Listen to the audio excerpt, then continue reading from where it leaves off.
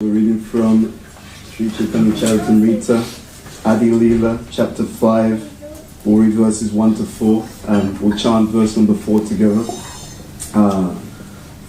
Before we do that, I'll read the summary of this chapter by Srila Prabhupada, and then we'll go to the verses. Okay, this chapter is chiefly devoted to describing the essential nature and glories of Sri Nityananda Prabhu. Lord Sri Krishna is the absolute personality of Godhead, and his first expansion in the form for pastimes is Sri Balaram. Beyond the limitation of this material world is the spiritual sky Paravyoma, which has many spiritual planets, the supreme of which is called Krishna Loka. Krishna Loka, the abode of Krishna, has 3 divisions, which are known as Dwaraka, Mathura, and Gokul. In that abode, the personality of Godhead expands himself into 4 plenary portions: Krishna, Balaram, Pradyumna, Transcendental Cupid, and Aniruddha. They are known as the original quadruple forms. In Krishna Loka is a transcendental place known as Swetadweep, or Vrindavan. Below Krishna Loka is in the spiritual sky are the Vaikuntha planets. On each Vaikuntha planet, a 4-handed Narayan expanded from the first quadruple manifestation is present. The personality of Godhead known as Sri Balaram in Krishna Loka is the original Sankarshan, attracting deity. And from this Sankarshan expands another Sankarshan called Maha Sankarshan, who resides in one of the Vaikuntha planets. By his internal potency, Maha Sankarshan maintains the transcendental existence of all the planets in the spiritual sky, where all the living beings are eternally liberated souls. The influence of the material energy is conspicuous there by its absence. On those planets, the second quadruple manifestation is present. Outside of the Vaikuntha planets is the impersonal manifestation of Sri Krishna, which is known as Brahma, and as Brahmaloka. On the other side of Brahmaloka is the spiritual Karana Samudra, or causal ocean. The material energy exists on the other side of the causal ocean without touching it. In the causal ocean is Mahavishnu, the original Purusha, expansion from Sankarshan. Mahavishnu places his glance over the material energy, and by a reflection of his transcendental body, he amalgamates himself within the material elements. One thing, Prabhu, what I'd like to do is I'll just read the summary and I'll just discuss on that, because there's a lot there. Is that okay? And then next person can read the verses, otherwise there'll be so much and we won't be able to go into it. Okay. As the source of the material elements, the material energy is known as Pradhan. And as the source of the manifestations of the material energy, it is known as Maya. But material nature is inert, in that she has no independent power to do anything. She is empowered to make the cosmic manifestation by the glance of Mahavishnu. Therefore, the material energy is not the original cause of the material manifestation. Rather, the transcendental glance of Mahavishnu over material nature produces that cosmic manifestation. Mahavishnu again enters every universe as the reservoir of all living entities, Garbhodakshaya Vishnu. From Garbhodakshaya Vishnu expands Kshirodakshaya Vishnu, the super soul of every living entity. Garbhodakshaya Vishnu also has his own Vaikuntha planet in every universe, where he lives as a super soul or supreme controller of the universe. Garbhodakshaya Vishnu reclines in the midst of the watery portion of the universe and generates the first living creature of the universe, Brahma. The imaginary universal form is a partial manifestation of Garbhodakshaya Vishnu. On the Vaikuntha planet in every universe is an ocean of milk, and within that ocean is an island called Swetadweep, where Lord Vishnu resides and lives. Therefore, this chapter describes 2 Swetadweeps, one in the abode of Krishna and the other in the ocean of milk in every universe. The Swetadweep in the abode of Krishna is identical with Vrindavan Dham, which is a place where Krishna appears himself to display his loving pastimes. In the Swetatut, within every universe is a Shesha form of Godhead who serves Vishnu by assuming the form of his umbrella, slippers, couch, pillows, garlands, residence, sacred thread, throne, and so on. Lord Baladev in Krishna Loka is Nityananda Prabhu.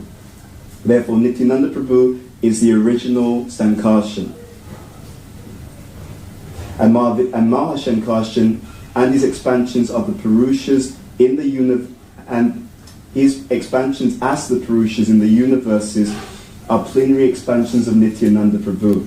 In this chapter, the author has described the history of his leaving home for a personal pilgrimage to Vrindavan, and is achieving all success there. In this description, it is revealed that the author's original paternal home and birthplace were in the district of Katwa, in the village of Jamatapura, which is near Naihata.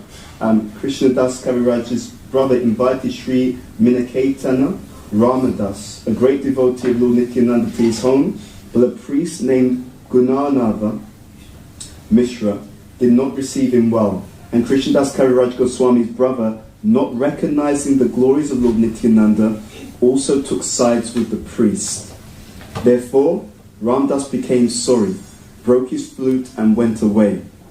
This was a great disaster for the brother of Krishnadas Kaviraj Goswami. But on that very night, Lord Nityananda Prabhu himself graced Krishnadas Kaviraj Goswami in a dream and ordered him to leave on the next day for Vrindavan. Okay, so there's a lot there, but we'll just touch upon some of the salient points. We'll say prayers first. And so we beg all of your blessings to speak something from this illustrious text, the Sri Chaitanya Charitamrita. This chapter is entitled The Glories of Lord Nityananda Balaram. And in this chapter summary, in great detail, Prabhupada is speaking about the different aspects of the universe. In the Srimad Bhagavatam, in the second canto, it lists the 10 themes of the Bhagavatam. Atrasaga Visagasya Stanam Poshanam Utaya Manvanta Ishanu Kata Niroda Muktya Ashraya. So there are these 10 topics. And one of them is Stanam. Stanam is the structure of the universe. So here we're being given this understanding. The most important thing to understand about the material creation is that it doesn't belong to us. That's actually one of the reasons why it's included as one of the 10 themes of the Bhagavatam. It is to help us to understand what it is, who it belongs to, how it works, and ultimately to understand how through the material creation, through the material energy, Krishna is instructing every single living entity. What this means in a sutra form, and this is very, very dynamic and powerful in the life of each and every devotee. What it means in a sutra form is this material energy. Devyesha Gunamayi Mama Maya Duratyaya. That the material energy is very difficult to overcome, but Mamayipaye Prapadyante Mayam Etam Tarantite. If anyone who Prapadyante, if anyone surrenders to Krishna, the material energy lets you away, and lets you go. There is a specific reason why this understanding is given in the beginning of this chapter, the glories of Sri Lord Nityananda. So there's always, it's very beautiful in the life of devotees, there's always synchronization. In every single one of our lives there are no accidents. Here, the glories of Lord Nityananda. Lord Nityananda represents Guru. Right? Actually, Guru represents Lord Nityananda, let's say that. Okay? And actually the material energy is also a Guru. In the 11th canto of the Srimad Bhagavatam, we have the story of the Avanti Brahmana, and he's also speaking about the 24 Gurus. He's also speaking about how, by observing the world around him, he's able to learn certain lessons.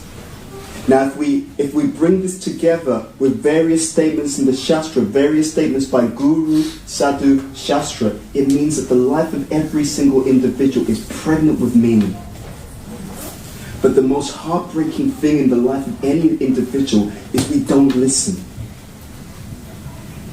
And because we don't listen, what will happen in our lives is the same message that came before as a whisper, it now ends up showing up in our life as a roar.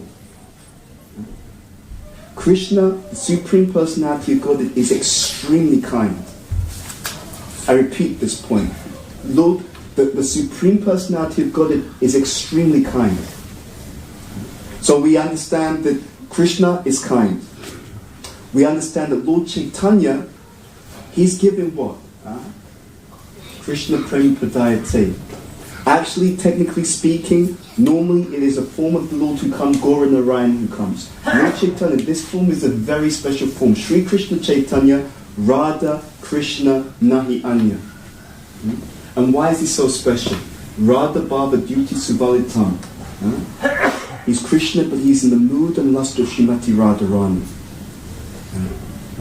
And so he's giving a special type of love of Godhead. Vraj Prema. It's one thing to have love for God, but to have love for Krishna in his most intimate abode, this is very, very special. And it's rarely given. It's a great gift, it's rarely given. So Lord Chaitanya Mahaprabhu is merciful. Lord Nityananda Prabhu is even more merciful.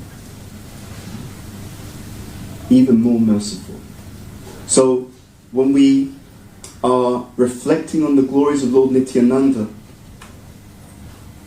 we're literally reflecting upon our ticket out of this material energy. If we have the intelligence to understand it, the Shastra works in a specific way. So, when you have a jigsaw puzzle, if you have one piece of a jigsaw puzzle, you look at it, someone says to you, describe it to me. Okay? So you look at that piece of the jigsaw puzzle and you can describe it. Okay, so it looks like it's a corner and there's a rectangle and the rectangle is yellow and it seems to be part of a corner. Okay? So you only have one piece of the jigsaw puzzle. So when you look at that one piece, you're going to describe it one way. Okay? However, if you understand where that piece of the jigsaw fits in to the entire picture, the same piece that you're describing one way, you'll describe it completely differently. When you see it in context, okay? When you see it in context, it has a different meaning. And the scriptures work in exactly the same way. The scriptures work in exactly the same way. The more that we understand each and every teaching in its context, the more we understand it deeply, properly, and we can convey it properly. So, the meaning is not completely within the message, but the communication is within the context.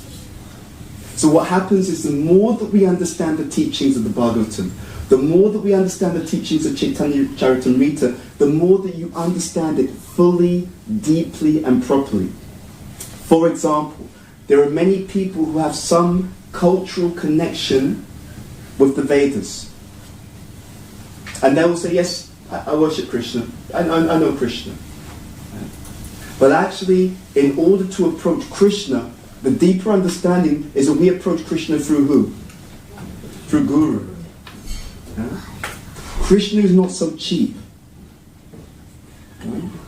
It's not that we do anything we like and we can approach Krishna. To use an analogy, even in this material world, you have some VIP, whether it's a prime minister, a president, some diplomat, and so on. You can't just turn up at the door. You want to have access to them, you have to be introduced by someone who is in connection with them already. So in the same way, this process works in Krishna consciousness. Otherwise, what happens? Otherwise, it's very easy to speculate about what Krishna wants. Right? It's very easy to think, I'm very Krishna conscious, but I'm doing everything that I like, and Krishna should just accept it, right? That tends to be the case. I'm such a good, I'm a good devotee, right? I do this, I do that, and don't tell anyone, but between you and me and Krishna are kind of like this. Really tight. But actually, the beauty of Krishna consciousness is when we find out from someone who's intimately connected to Krishna, this is what Krishna wants of you. The way that the teachings are structured, actually, is that they go from the general to the specific. That's how it really works. So, and at each stage there's a different cohort of teaching which are more relevant. So in the beginning stages, yes, do whatever you want for Krishna. Fantastic. But just like in any relationship, just as if I get to know you and I find out, oh, you like this food. This is your actual birthday. Right, interesting, right? You like these particular songs. As the relationship becomes closer and more intimate, it becomes more personal. And what does that mean for us? As it becomes more personal, it becomes more sweet. Then Krishna is no longer a conception, but he's a very, very real person who is engaging in a deep, loving exchange with each and every one of us on a day-to-day basis. And why is that so important? It is so important because, to be really honest, all the issues in the world right now are due to one thing. No one on this planet, no living entity can live without love. It's not possible. No one can exist without a deep loving exchange. So for want of a deep loving exchange, all this other foolishness will go on.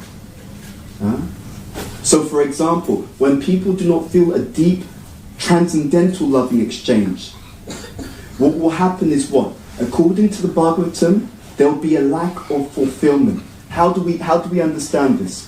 Ahoituki apratiyata yatma suprasidati. Krishna, the Bhagavatam is saying that the devotional service has to be unmotivated and uninterrupted in order to what? To completely satisfy the self. So therefore we can understand that as long as humanity fails to come up to that standard, you will see that people will be dissatisfied. And even worse, dissatisfaction plus ignorance will lead humanity to look for that, to look for the cure for their dissatisfaction in all the wrong places. And we can also reflect upon this within our own hearts. Are you dissatisfied? I saw this quote from Prabhupada recently. And I love the way that Prabhupada puts things, because it's just so blatant. Someone's written to him, and he writes back and says, if you're not happy in Krishna consciousness, it's you. Right? You must be doing it wrong. That's what he actually tells them. And it's true. Right? That's the point. If it's not working within, then there's something about the application that needs to be addressed. Right? It's like this. You have a prescription from an expert doctor. They've done the analysis. They know you really well. They've figured out this is the nature of the ailment. Okay? Then they've prescribed a particular medicine. Now, they know that the medicine works because they prescribed it to different individuals in the past, in the present, and they're seeing a fantastic take-up rate. They're seeing fantastic results, okay? Things are working really, really well. And when I say they're working, I mean the medicine is actually curing the individual. I'm not talking about big pharma, okay? I'm not talking about dealing with symptoms and letting the illness carry on. So there's a track record of efficacy. So then we're taking the medicine, somehow it doesn't seem to be quite delivering the result. Okay, how am I applying the medicine? This process is a lot deeper than it seems. In this series of statements by Prabhupada, he's explaining everything about the nature, or rather he's giving an overview of the reality. And I say reality on purpose. It's not just an overview of the material energy, because he talks about Krishna Loka, he talks about the different spaces, Dwaraka, Mathura, Gokul. Now sometimes people think, well, if we're all transcendental, it's all about Krishna consciousness, why do we even need to hear this part about the material energy? It's so important to hear about the material energy. There's a beautiful point in the Shastra, which is really that it picks you up where you are. It picks us up where we are. What's the location? I'm here in the material energy. Okay, this is the nature of the situation that you're in. Point number one, this is Sambandha. It doesn't stop there. It also points out where we're going. Okay? You're going to Goloka Vrindavan. Right? That's the goal. That's the prayojana. Why do you need to have the location and the goal? Because if you know where you are, if you know where you're going, that's called a map. That's the beginning of the journey. This is where I am, this is where I'm going, and then the last stage is, this is how I'm going to get there. So if Sambandha is where we are, if Prayojana is the goal, then how we get there is called the what? It's Abhideya, the process. So if we understand fully the nature of our situation, then it will affect the way that we engage in the process. What is it that Prabhupada said? He said, the trouble with my Western disciples, and you could say the trouble with all disciples, is that we're not scared enough of Maya. Now a question to all of you in this room. Have any of us noticed over time that we're getting older? Anyone? Has ever crossed your mind, possibly? So the thing is, we don't know how much time we have. Now this is it's not a morbid thing, it's not a negative thing. It is a wonderful thing. It is a wonderful thing. Take a moment and just think about your own life. If you knew that this was your last day, the way that you plan the day, the way that you think, the way that you interact with other people, is that the way that you would actually do it? Interesting. Because one day it will be the last day. We're always given this gift of time. But the gift is a gift that will end at a particular point, and we don't know when that point is. What we're trying to understand, what we should be trying to understand, is how to make the moment count. How to make each and every moment within this journey of Krishna consciousness count, so that at the end of life, what we've been thinking about throughout our life will literally open the door to Goloka Vrindavan. Ante kalijamameva smarmatva kalevram ya prayati samadbhavam yati nashasha samshayaha. Krishna says, whatever we think about at the time of death, to that state we will attain. But we also know that what we think about at the time of death is correlated or linked to what we've been thinking about on a day-to-day basis. The doorway to the spiritual world is open to those who serve the devotees of the Lord. This is something that probably isn't understood properly in our movement, but I want to make it very explicit. When we try to engage in Krishna consciousness, I want you to consider that it's like having a vehicle. Okay? The vehicle, and this includes when we try to engage in Krishna consciousness, we preach, we strategize. Think of your strategy as like a vehicle. The better the strategy is, the better the vehicle is. Okay? However, that vehicle must have some fuel in the tank. No matter how good the vehicle is, if there's no fuel in the tank, you will never get to your destination. Consider the destination to be like the airport. If you get to the airport, then you will have a flight. There are tickets booked under your name, the flight's been paid for, the tickets are booked on the flight to Goloka Vrindavan. Okay? Someone's paid for the tickets. All you have to do is make it to the airport on time. I repeat, all each and every one of us have to do is make it to the airport on time. But in order to make it to the airport, that car needs some fuel. The fuel, ladies and gentlemen, is the mercy of the devotees. And then we take it more specifically, that fuel is the mercy of Guru. And that mercy of Guru, who is representing Lord Nityananda. When we engage in the service of pleasing the spiritual master, pleasing the Vaishnavas, because every Vaishnava is Guru, what happens is the fuel will go into the tank. Right? Take this very, very seriously. Very, very seriously. When we engage in proper service to the Vaishnavas, the service of trying to please the Vaishnavas, who are what? They are Krishna's own family. The fuel will go into the tank. And what you will find is you will reach the airport in record time. This is how the process really works. I will be honest, I was having a conversation with a friend of mine who doesn't understand our philosophy. He's a devotee. I mean, he's very well intentioned. And I was trying to explain this point to him, but he didn't get it. And I thought, okay, I've tried, I've explained it to him. But what he was thinking is by his own effort that you become Krishna conscious. Forget that. That's not actually our philosophy. You can put your own effort in as much as you want, and you should. Okay? But the effort is of a specific kind. We often, in the Kartik month, we talk about this Damodar Lila. Okay? And we say that the rope was 2 portions short. And we say that those 2 portions represent effort and they represent mercy. What is not so clearly understood is that there's a connection between those 2 portions. It is the effort to get the mercy. And it is by the mercy that we actually make advancement. You see the point? Because otherwise you can be misdirected. Misdirected means what? It means that I think that by my own effort I'm directly becoming Krishna conscious. No.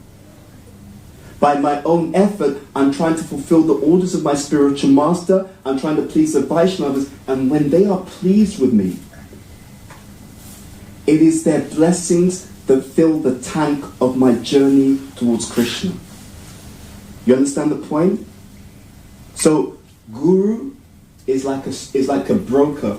He is the intermediary between us and Krishna. Don't take my word for this. I repeat, don't take my word for this. You can do this as an experiment. Okay, I repeat that. Feel free to do this as an experiment. You just take a period of your life, whatever period, a month, a year, and make it a particular point that when spiritual masters, advanced devotees, when they're giving class, when they're speaking, when they're giving opportunity for service, you go and you listen in this mood. You listen in the mood that actually I'm dependent upon the mercy of such personalities to fill my tank, and see what happens to your spiritual life. See what happens to your spiritual life. Just pay attention and just notice what happens to your consciousness. And you can do a comparative analysis. And you can see what it's like when I'm just running around thinking I'm going to become Krishna conscious by my own strength. And when I'm still engaging in service, because you should always engage in service, but I'm doing it with the understanding that it is by pleasing Guru and Krishna that the mercy comes and that I make advancement. And just see what happens and do a comparative analysis. There are so many fine points to the Shastra. You couldn't believe it. There are so many fine points to the Shastra. And ultimately, it has to be understood through one such as Srila Prabhupada. Through those personalities who are fully Krishna conscious. And therefore, Srila Prabhupada says, his purports are more important than the verses themselves. Interesting thing to say, right? We will recite this Trinada Pisanicha no Tara Pisa Hisnuna Amanina Manadena Kirtaniya Sadahare. It comes out so many times in our philosophy, and then our founder Acharya is saying, by the way, yeah, you know what's written by Krishnadas Kaviraj Goswami in terms of the verses, you know the verses which are put together by Vyasadeva. By the way, my purports are more important than those. And you can superficially look at it and think this person doesn't seem very humble. Prabhupada, I'm listening to these members of Prabhupada, and it's so nectarian. It's incredible. Right? Prabhupada, I was listening to one recently. Prabhupada was so upset. Why? Because he started to see that there were programs or posters or different artifacts, and they did not put founder Acharya of the International Society for Krishna Consciousness. And Prabhupada immediately knew they're minimizing my position. It's so interesting. This idea of humility is so deep. In the 7th canto of the Bhagavatam, there's a purport where Prabhupada explains that one of the ways in which to develop humility is to associate with advanced or senior devotees. Right? So it's all again connecting. Serving Guru. A friend of mine, he's initiated by a spiritual master, and he was telling me, we were speaking recently, he's a very sincere devotee, very sincere, very serious person. And he was telling me about how his spiritual master was chastising him. Right? And what happened was, I think he was on a phone call, and he had done something had gone wrong. His spiritual master was just blasting him. You're useless, I'm just going without you. And then later on he found out, because his spiritual master was somewhere else, and there was a devotee who was in the room with his spiritual master when his spiritual master was on the phone to him and just blasting him. And that devotee told this friend of mine, they were just laughing. He much really blasted you. And he said, yeah, and they were laughing. And you know why they were laughing? They said because they were in the room with the person's spiritual master. When the spiritual master was chastising the disciple heavily, the spiritual master was just laughing, and he had to keep a straight face. Because even though he was being so heavy on the phone, there was no animosity, there was no bad intention. It was just it's my duty, so I'm just finding something that I can correct him on. Actually, we were laughing about it because he told me, he said, yeah, and we both seen it. I saw Michael, he's just looking at me thinking, I just want to chastise you. I'm just looking for, just give me an opening, and we'll, like that. And so I was just like this, and he's just looking, but there was no malice. In fact, the Guru was absolutely just laughing and a great sense of humour. It's important to understand these things. It's important to understand. Of course, sometimes the Guru will also chastise when we've done something wrong. That's another thing. But it's important to understand these things, because if we understand the process very deeply, then we actually get what's going on. Yeah? Directly and indirectly, every single one of us, there's a loving hand behind every single experience that we're going through. And it's an incredible life. If we understand that, it means that in every circumstance, the affectionate hand of Krishna is reaching out and is offering mercy. The Vaishnavas, when we are able to please them sincerely, they're offering mercy. And service is not unnatural. It is actually the state of selfishness which is unnatural. And that's why we suffer in the material world. Suffering in the material world is to the degree that we are selfish. In other words, a selfish person can never be happy. Because they're going against their own nature. There's a very interesting statement in the Niti. Chanakya says, everything unnatural is an enemy. It's a beautiful statement. I mean, he's a genius, because it's a sutra. It's that one statement, and within that you can unpack it unlimitedly. Yeah? That means that the more we become unnatural, the more we become architects of our own suffering. So people think that if I make my life really complex, then everything will get better. No, if you make your life really complex, everything will get worse. Because you become a slave of all the complexity. Now, that doesn't mean that we don't use technology and things as and when necessary. Right? We do, but we use it with the understanding that because it's already there, and we need to mass propagate this merciful offering. It's not even a teaching, right? It is a merciful offering. What we're propagating is the rope. We're trying to throw a rope into a water full of people, an ocean full of people who are drowning.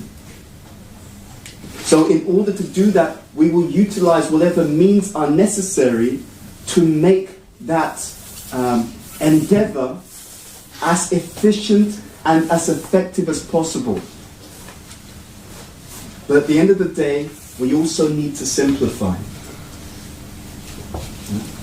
That's why Prabhupada says simple living and high thinking, because there's a trade-off. Right? So high thinking, if you don't have to spend all of your time and energy making keeping your living afloat because it's so complex, if you keep that simple, then you've got more mental capacity for high thinking. But if you make your living very complex, there's less capacity for high thinking. It becomes low thinking because all your headspace is used to just keep all the different plates spinning. That's actually how it works. And different people have different capacities as well. So, anyway, this is just some points about the reason why we see these things. Actually, I'll make one last point. In this purple, or this introduction summary about the material creation and the universe, there's one other thing that it does, which is very, very important. It helps you and I to keep everything in perspective. In life, we will go through different challenges and obstacles. And those challenges and obstacles, if we've done the homework, if we've read properly, if we've chanted properly, when you come to these tests and obstacles, it will be a moment of ecstasy. It'll be like, great, the exam's on. I studied for the exam. I know the answer to that one. I know the answer to that one, right? You sometimes in a class and someone asks the speaker a question, you're like, yeah, I wish I was giving class. I know that one. I read that one in the book the other day. If we prepare for the exams, whenever you hear the test, it's like, dude, I know the answer to that one. If we examine our life carefully, you'll see that Krishna is so kind, he's so soft-hearted, he always gives you the answer before the exam comes. Honest truth. He's always like, dude, this test coming, right?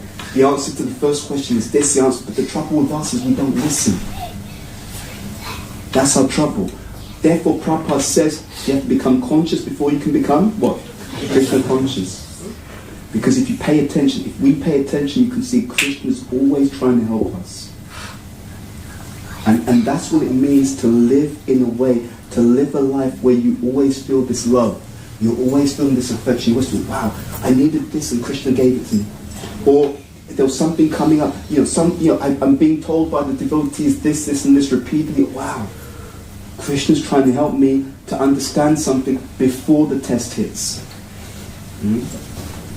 It is real. That is actually the life of a Vaishnava. That is the invitation that our founder Acharya Srila Prabhupada has given us. And the more that we live this Krishna consciousness life properly, you will feel this affection. And it won't be some kind of mental construct. You'll feel this affection. You'll feel, wow, I'm being looked after. I'm being looked after. There's an unseen hand, Krishna's hand. His grace, His mercy, His love, His compassion is there at every single moment in the life of every single devotee, even through what you consider to be your challenging times. I had this experience. I had this period where my health wasn't good, and I tell you, even as I went through it, I was thinking, this is annoying. I can't run around as much, all this kind of stuff. It was annoying, straight up. At the same time, going through it, there were so many gifts. It was so many gifts. And coming out of it, it's like you look at the world and it's like, wow, it's a completely different place. Because the world that you and I are seeing, we're seeing it according to our consciousness. That's the real purpose of this Chaito Darpana Marjanam. We're seeing the world according to our consciousness. So as the consciousness becomes clear, the world will look a very, very different place. And what we'll see most of all, we'll see this affectionate, loving exchange. Coming from the Supreme Personality of Godhead, His pure associates all the time. All the time. All the time. This, whatever you need, whatever you act, not what we want, by the way. No. That's a different thing. but whatever you need is being given to you. So, to end, what I would also recommend is the nature of the mood of our prayer, which should saturate our practice, which is, Krishna, whatever you want. Because we've tried for countless lifetimes to do what we want. And that's why living entities in this material world are unhappy. The real adventure begins, ladies and gentlemen, when the mood is actually, Krishna, I've accepted that you actually love me. I've accepted that you know what's best for me better than I know what's best for myself. So you drive. That doesn't mean we don't make the endeavor. It doesn't mean we don't use our intelligence. It doesn't mean we don't anticipate and try to offer to Krishna. All those things should go on, along with the mood. That Krishna, whatever you want, whatever's best for you, for my service, whatever is most pleasing to you, you arrange that. I beg you, arrange that in my life. And if we do that, you'll see again, a miracle will happen. And the miracle will never end. This is the most important thing to know about Krishna, is that he loves us more than we love ourselves. He knows us more than we know ourselves. If we can just allow that to be accepted within the heart, that is called surrender. That's why we don't surrender. Yeah? We don't surrender because we don't believe that Krishna loves us and will take care of us. Therefore, it's like one thing for Krishna, one thing for me. Right? 2 things for Krishna, 2 things for me. Okay, 3 things for Krishna because it's Janmashtami, right? It's his birthday. Yeah, it's that kind of mood. But this adventure it really comes down to this. At the end of the day, we have to surrender. But not blindly, lovingly. There was a friend of mine, I saw him here the other day, and he had cancer. He got through it. He's cured, everything like that. But I remember he told me what Ranav Maharaj told him. Ranav Maharaj told him something which is absolutely right. He said, at the end of the day, we have to surrender. He said, we can surrender voluntarily, we can be dragged kicking and screaming, or we can do it voluntarily. So between now and when we leave this body, what we're trying to do, in essence, is voluntarily surrender. So we make the endeavor, we do it according to the order of Guru, Sadhu, Shastra. We do it enthusiastically, and the mood should always be there. I'm going to offer this, but Krishna, you know what's best for me. If this isn't pleasing to you, obviously having found out from our authorities, Guru, etc., if this isn't pleasing to you, that's fine. You change it to whatever you want it to be. This is a real adventure, ladies and gentlemen. And again, don't take my word for it. It's very practical.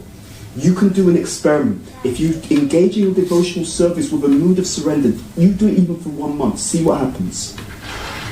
Do that for 1 month consciously and see what happens in your spiritual life, and then you can make a comparison. Okay, so we'll stop there. Sri Chaitanya Charitamrita ki jai. Srila Prabhupada ki jai. Jai Nitai Gaur Premanandi.